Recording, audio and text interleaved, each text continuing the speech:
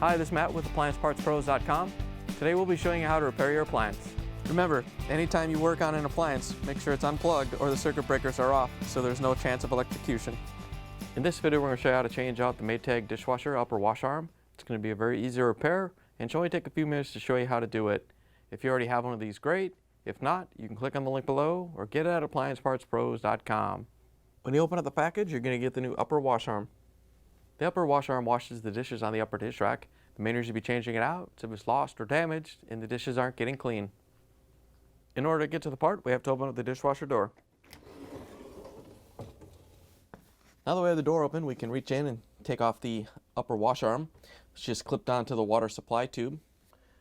To get the upper wash arm off, we're just going to bend the water tube down a little bit and release the locking tab on one side. All you have to do is take your finger and flex it over. Once you have one side released, the other side should just fall off, and then you can pull the upper wash arm out of the dishwasher. Here's the old upper wash arm next to the new one. If you already have one of these, great. If not, you can get it at AppliancePartsPros.com.